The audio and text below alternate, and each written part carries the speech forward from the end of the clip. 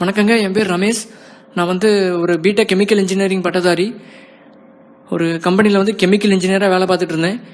நான் ரொம்ப முக்கியமான ஒரு விஷயம் சொல்ல போகிறேன். தயவு செஞ்சு இதை ஒரு 5 நிமிஷம் காது கொடுத்து கேளுங்க. கேட்டுட்டு எல்லாருக்கும் ஃபார்வர்ட் பண்ணுங்க. தயவு செஞ்சு இதை இக்னோர் பண்ணிடாதீங்க. நான் ஒரு அடிப்படையில் ஒரு விவசாய குடும்பத்தை சேர்ந்தவன். எங்கள் குடும்பத்தில் நான் தான் முதல் பட்டதாரி. அதை நினச்சி நான் ரொம்ப பெருமைப்பட்டிருக்கேன். ஆனால் இன்றைக்கி நான் பார்க்குற வேலையை நினச்சி நான் ரொம்ப வேதனைப்படுறேன். இந்த படிப்பை நினச்சி என்ன விஷயம்னு பார்த்தீங்கன்னா, நம்ம சாப்பிட்ற சாப்பாடு பண்டங்கள் எல்லாமே இன்றைக்கி ரொம்ப கெமிக்கல் மயமாக இருக்குது. 2-3 நாளைக்கு முன்னாடி நான் ஃபேஸ்புக்கில் ஒரு பதிவு பார்த்தேன். அதில் போட்டிருந்தாங்க, இது மாதிரி சாக்லேட்டுக்கும் ஐஸ்கிரீமுக்கும் அடிமையான கடைசி தலைமுறை நம்ம தலைமுறையாக இருக்கட்டும் அப்படின்னு போட்டிருந்தாங்க. அதை படிச்சுட்டு நான் நினச்சேன், என்னடா ஐஸ்கிரீமும் சாக்லேட்டும் குழந்தைங்களுக்கு ரொம்ப பிடிச்ச விஷயம், இது கூட சாப்பிடலன்னா எப்படி, எல்லாத்துலேயும் குத்தம் குறை கண்டுபிடிக்கிற மாதிரி இருக்கு அப்படின்னு நினச்சேன். அப்புறம் அதை பற்றி ஒரு கெமிக்கல் இன்ஜினியராக அதை பற்றி படிக்கிறதுக்காக வேண்டி முயற்சி பண்ணேன். நான் வேலை செய்கிற கம்பெனிலேயும் சில தப்புகள்லாம் நடக்குது. அது என்னன்னு நான் சொல்கிறேன். முதல் விஷயம் இந்த குழந்தைங்க மிட்டாயை ரொம்ப விரும்பி சாப்பிட்றாங்க. இந்த 1 ரூபா 2 ரூபா சாக்லேட் ஐட்டம், அப்புறம் இந்த டைரி மில்க், அப்புறம் இந்த நிறைய சாக்லேட் ஐட்டம்லாம் சாப்பிட்றாங்க. அப்புறம் இந்த ஜூஸு, நிறைய இந்த பாட்டிலில் அடைச்சி வர்ற juice, mango juice, Coca Cola, இந்த மாதிரி ட்ரிங்க்ஸ், கோலா, இந்த மாதிரி பானங்கள்லாம் குடிக்கிறாங்க. அது எல்லாமே ஒன்று கூட ஒரிஜினல் இல்லைங்க. எல்லாமே ரொம்ப மோசமான கெமிக்கல்களால் செய்யப்படுது. இது நீங்கள் நிறைய ஃபார்வர்ட் மெசேஜை கேட்டிருப்பீங்க. இருந்தாலும் கொஞ்சம் பொறுமையாக கேளுங்க. முதல்ல இந்த மிட்டாய்கள் 1 ரூபா 2 ரூபா மிட்டாயெல்லாம் இந்த ஸ்ட்ராபெர்ரி, மேங்கோ இந்த மாதிரி ஃப்ளேவர் வருதுங்க. அது எதுவுமே உண்மையாலே மாம்பழமோ இல்லை ஸ்ட்ராபெரி பழமோ போட்டால் அந்த மிட்டாய் ஒரு 10 ரூபா 12 ரூபா விலைக்கு விற்கணும். ஏன்னா ஸ்ட்ராபெரியோடைய விலை அந்த மாதிரி.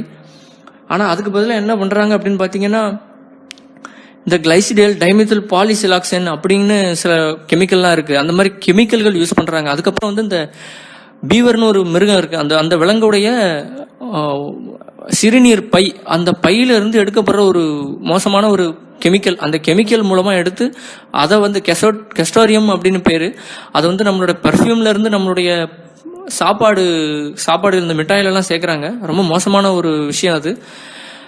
அதுக்கப்புறம் ரெண்டாவது பார்த்தீங்கன்னா, இந்த நீங்கள் இந்த இப்போ இந்த நிறைய ஃப்ரைடு சிக்கன் அப்படின்னு நிறைய கடை வந்திருக்கு. அந்த சிக்கன் கடையில் பார்த்தீங்கன்னா, இந்த நக்கெட்ஸ், சிக்கன் நக்கெட் அப்படின்னு சொல்கிறாங்க, சின்ன சின்ன சிக்கன் பீஸ். அதில் பார்த்தீங்கன்னா ரொம்ப மோசமான ஒரு கெமிக்கல், டெர்ஷரி புட்டைல் ஹைட்ரோகுயினோன், TBHQ அப்படின்னு சொல்லுவாங்க. நீங்கள் கூகுளில் பார்த்தீங்கன்னா தெரியும், பூட்டேன் அப்படின்னு சொல்லுவாங்க. அந்த கெமிக்கலை அது உபயோகித்து அதை இது பண்ணுறாங்க. ஏன்னா அது பெட்ரோலியம்லேருந்து கொண்டு வர ஒரு கெமிக்கல்.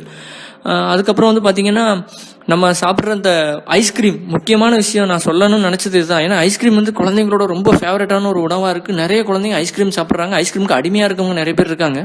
ஆனால் அந்த ஐஸ்கிரீம் என்னைக்காவது யோசிச்சிருக்கேன், அது ஏன் கெட்டி ஆகாமல், இப்போ நீங்கள் வீட்டில் பால் எல்லாம் சேர்த்து ஃப்ரிட்ஜுக்குள்ளே வச்சிங்க அப்படின்னா அது கட்டி ஆயிரும், ஒரு கல் மாதிரி ஆயிரும். அதுதான் ஃப்ரீசிங் அப்படிங்கிறதுடைய வேலை. ஆனால் அந்த ஐஸ்கிரீம் எப்போவும் என்னதான் -டிகிரியில் இருந்தாலும் அது மாவாக வருது. அது ஏன்னு யாராவது யோசிச்சிருக்கோமா? அதுக்கு காரணம் அதில் சேர்க்கப்படுற ப்ரொபிலின் கிளைகால் அப்படிங்கிற ஒரு கெமிக்கல். அந்த கெமிக்கல் எதில் இருக்குன்னு பார்த்தீங்கன்னா, அதோட இன்னொரு ஃபார்ம் எத்திலின் கிளைகால் அப்படின்னு பேர். அது இந்த காரில் இருக்க ரேடியேட்டரில் யூஸ் பண்ணுவாங்க. எதுக்கு அப்படின்னா, உறைஞ்சி போயிடக்கூடாது தண்ணி அப்படிங்கிறதுக்காக யூஸ் பண்ணுவாங்க. அதே கெமிக்கலை 1%, 100 கிராமுக்கு 1 கிராம்ங்கிற விதம் ஐஸ்கிரீமில் கலக்குறாங்க. அப்படி கலக்கிறதுனால தான் ஐஸ்கிரீம் மாவாக இருக்குது. எப்போவுமே ஐஸ்கிரீம் நமக்கான உணவு கிடையாது. தயவு செஞ்சு உங்கள் குழந்தைகளுக்கு இந்த ஐஸ்கிரீம்ங்கிறது வாங்கி கொடுக்காதீங்க. அதுக்கப்புறம் பார்த்தீங்கன்னா, இந்த வெண்ணிலா அப்படிங்கிறாங்க. இந்த வெண்ணிலா ஃப்ளேவர் அது எல்லாருக்கும் பிடிக்கும், அது ஒரு டேஸ்ட். ஆனால் அந்த ஃப்ளேவருங்கிறது தயாரிக்கிறதுக்கே ஒரு குறைஞ்சது இந்தியாவில் மட்டுமே 110 கெமிக்கல் கம்பெனிகள் இருக்கு ஃப்ளேவர் தயாரிக்கிறதுக்கு மட்டும். அந்த கெமிக்கல் பார்த்தீங்கன்னா, இந்த வெண்ணிலா, அப்புறம் இந்த ஸ்ட்ராபெரி, இது எல்லாமே கெமிக்கல். இந்த வெண்ணிலாங்கிறது பார்த்தீங்கன்னா, வேனிலின் அப்படிங்கிற ஒரு செடியில் இருக்கிற ஒரு பீன்ஸ்ல இருந்து கிடைக்கக்கூடிய ஒரு வஸ்து. அந்த பொருளை பார்த்தீங்கன்னா, வேனிலினை என்ன பண்றாங்கன்னா, இப்போ சிந்தட்டிக்கா சில கெமிக்கல்கள், பெட்ரோ கெமிக்கல், இந்த குவாக்கால் அப்படின்னு சொல்லுவாங்க. அந்த பெட்ரோ கெமிக்கல், அதாவது பெட்ரோல் எடுக்கிறோம் இல்லையா, க்ரூட் ஆயில் எடுக்கிறோம் இல்லையா, அந்த க்ரூட் ஆயில் இருந்து டெரைவ் பண்ற ஒரு தயாரிப்பு அந்த கெமிக்கல்.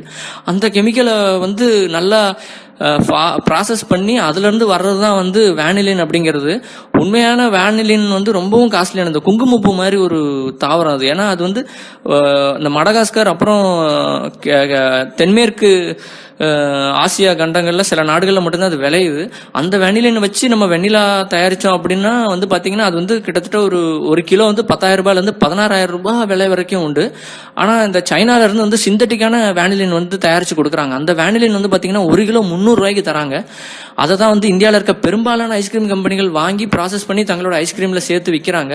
நீங்கள் எந்த ஐஸ்கிரீம் எடுத்துக்கிட்டாலும் அது கெமிக்கலால் இது பண்ண ஐஸ்கிரீம் தான். அதுவும் இல்லாமல் பால் வந்து ஒரு 20-30% தான் பால் சேர்ப்பாங்க. மீதி 70% வந்து பார்த்தீங்கன்னா இந்த மாதிரி மோசமான கெமிக்கல்கள் போட்டு தான் தயாரிக்கிறாங்க. தயவு செஞ்சு குழந்தைகளுக்கு இந்த மாதிரி மிட்டாய், சுகர் பேஸ்டு கன்ஃபெக்ஷனரி அப்படின்னு சொல்லுவாங்க, அந்த மாதிரி மிட்டாய் வாங்கி கொடுக்காதீங்க. நான் சொல்ற உண்மையா இல்லையான்னு உங்களுக்கு சந்தேகமா இருந்துச்சுன்னா தயவு செஞ்சு கூகுளில் போய் தேடுங்க. அதை பற்றி நிறைய பேர் எழுதியிருக்காங்க. எனக்கும் ஆச்சரியமா இருந்துச்சு. நானும் அப்படிதான் தேடி கண்டுபிடிச்சேன். ஒரு கெமிக்கல் இன்ஜினியரா சொல்றேன், தயவு செஞ்சு கெமிக்கலை கொடுக்காதீங்க குழந்தைகளுக்கு. மிட்டாய் வந்து நம்ம ஊர் மிட்டாய், கடலை மிட்டாய், எள்ளு மிட்டாய்லாம் எவ்வளோ நல்லது. நம்மலாம் ஒன்றும் நம்ம முன்னோர்கள் வந்து இழிச்சவாங்க இல்லை, நம்மளால கண்டுபிடிக்க முடியாத விஷயம் இல்லை. வெளிநாட்டு பண்டங்கள், இந்த கேக்கு, சாக்லேட்டு தயவு செஞ்சு வாங்கி கொடுக்காதீங்க, ஐஸ்கிரீம் இதெல்லாம். ரொம்ப நன்றி கேட்டதுக்கு. இதை நிறைய பேருக்கு ஃபார்வர்ட் பண்ண மறந்துடாதீங்க.